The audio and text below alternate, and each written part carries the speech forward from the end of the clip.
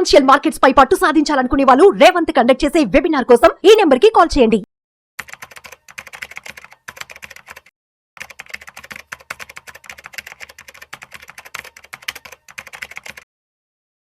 నమస్తే, నేను జీవి సత్యనారాయణ. ఈ వీడియోలో ఈ ఫైనాన్షియల్ ఇయర్లో మళ్ళీ వడ్డీ రేట్లు తగ్గొచ్చు అనేది ఎస్బీఐ అంచనా. అది ఏంటిదో చూద్దాము ఈ వీడియోలో.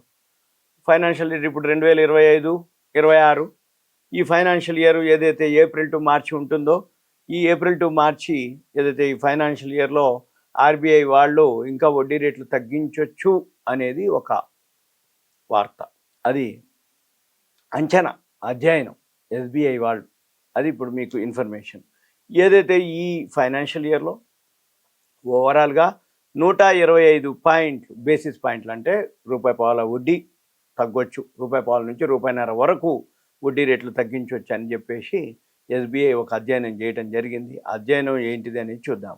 అయితే ఈ అధ్యయనం ద్వారా ₹1.5 వరకు 150 బేసిస్ పాయింట్లు తగ్గించవచ్చు అనేది. ఎందుకు తగ్గించవచ్చు, ఎందుకు తగ్గిస్తారు అనే దాని మీద ఏంటిదంటే, మనం ఏదైతే ద్రవ్యోల్బణం అంటే ఇన్ఫ్లేషన్ ఏదైతే తగ్గుముఖం ఈ మధ్యకాలంలో మీరు చూసినట్టయితే మనం కొనుక్కునేటటువంటి కూరగాయలు కానీ ఏవైతే ఉన్నాయో అవన్నీ కూడా, కిరాణం కానీ అవన్నీ కూడా తగ్గుముఖం పట్టాయి ఇన్ఫ్లేషన్ డేటా ప్రకారము. వాటితోటి ఏదైతే ఉందో ఆల్రెడీ మొన్న 0.25 అంటే పావలా వడ్డీ తగ్గించటం, తర్వాత దాని నుంచి ఇప్పుడు 0.5 తగ్గించే ఉద్దేశంతో ఉన్నది. ఇప్పుడు రాబోయే ఆర్బీఐ క్రెడిట్ పాలసీలు ఉంటాయి. ప్రతి 2 నెలలకు ఒకసారి reserve bank of India credit policy announce చేస్తారు.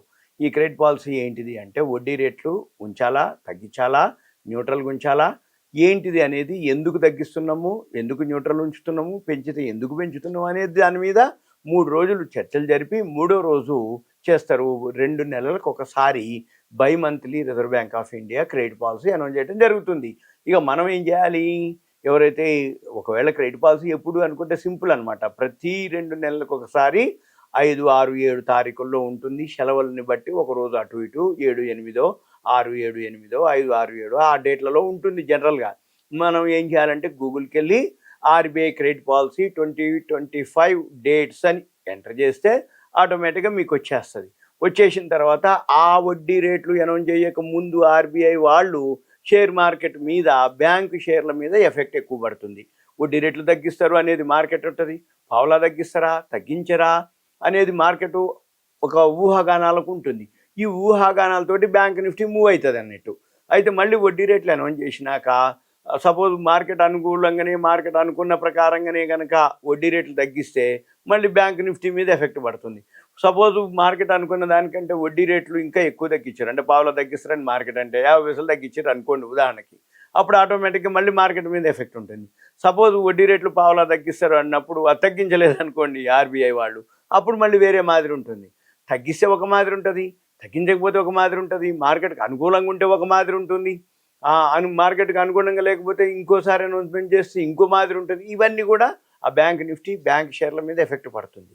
ఇక మనకేంటిది బెనిఫిట్ చూద్దాం. ఇక వడ్డీ రేట్లు ఎప్పుడైతే తగ్గటం మొదలు పెడుతుందో, ఈ మార్చి నెలలో మనకి ఇన్ఫ్లేషన్ తగ్గటంతో 3.34% రావడంతో ఇది ఈ ఇన్ఫ్లేషన్ ఏదైతే ద్రవ్యోల్బణం ఉందో 67 నెలల కనిష్ట స్థాయికి రావటం, దీంతో ఏదైతే ఈ 2025-26 సంవత్సరానికి కూడా ఇది 4 లోపే ఉంటుంది. సిపిఐ ద్రవ్యోల్బణం అంటారు, consumer price index. CPI consumer price index ద్రవ్యోల్బణం 4% లోపే ఉంటుందని, దీంతో ఇప్పుడు ఈ క్వార్టర్లో 3% లోపే వస్తుంది అనేది. అయితే దీంతో 9 నుంచి 9.5% మధ్యలో ఏది GDP, economy, gross domestic product economy 9 నుంచి 9.5% మధ్యలో ఉంటుందని, ఈ 2025-26 సంవత్సరానికి ఎకానమీ 10% వరకు రావచ్చని. అంటే ఎకానమీ పెరుగుతుంది, ఇన్ఫ్లేషన్ తగ్గుతుంది. ఇవి గుడ్ న్యూస్. దీంతో ఏంటిది, ఇప్పుడు ఈ తక్కువ వృద్ధి రేటు, కనిష్ట ద్రవ్యోల్బణం, వీటిల్లో ఈ వడ్డీ రేట్లు తగ్గించడానికి అనుకూలంగా ఉంది అనేది వాళ్ళ నివేదిక అనమాట.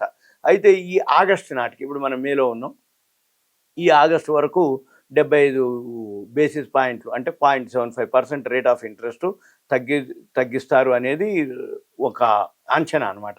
ఈ జూన్ ఆగస్టు పాలసీలు ఉన్నాయి మళ్ళీ ఇప్పుడు.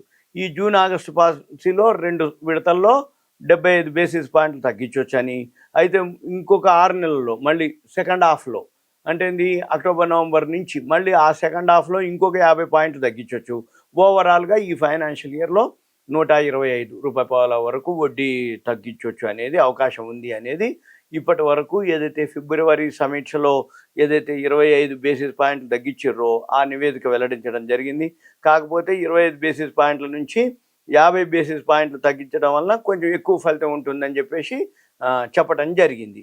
అయితే ఈ ద్రవ్యోల్బణం వలన ఈ ఆర్బీఐ ఏదైతే ఉందో నియంత్రిత స్థాయి 2 నుంచి 6% మధ్యలోనే ఉండటాన్ని మనకి గుర్తు చేయడం జరిగింది. ఈ ఆర్బీఐ ఇప్పటికే 2 విడతల్లో 50 బేసిస్ పాయింట్లు రెపో రేట్ని తగ్గించటం, ఈ రెపో ఏదైతే అనుసంధానిత రుణాలపై ఈ మేరకు ప్రయోజనాలని కలిగించటం ఇవన్నీ చెప్పడం జరిగింది. ఎంసీఎల్ఆర్ ఆధారిత రుణాలపై ఇంకా ప్రతిఫలించాల్సి ఉంది అని చెప్పేసి పేర్కొనడం జరిగింది.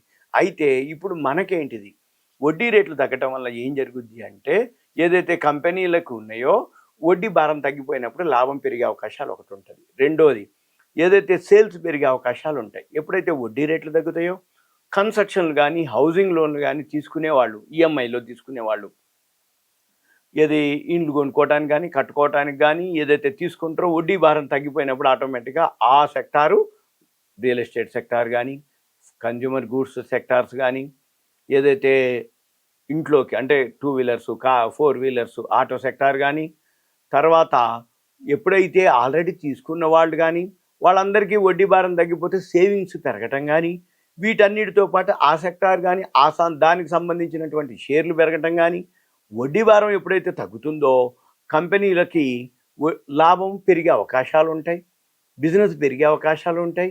ఏ కంపెనీ అయితే ఇప్పుడు బ్యాంకులకు కూడా బిజినెస్ పెరుగుతుంది. ఎందుకు? వడ్డీ రేట్లు ఎప్పుడైతే తగ్గుతుందో లోన్లు ఎక్కువైతాయి.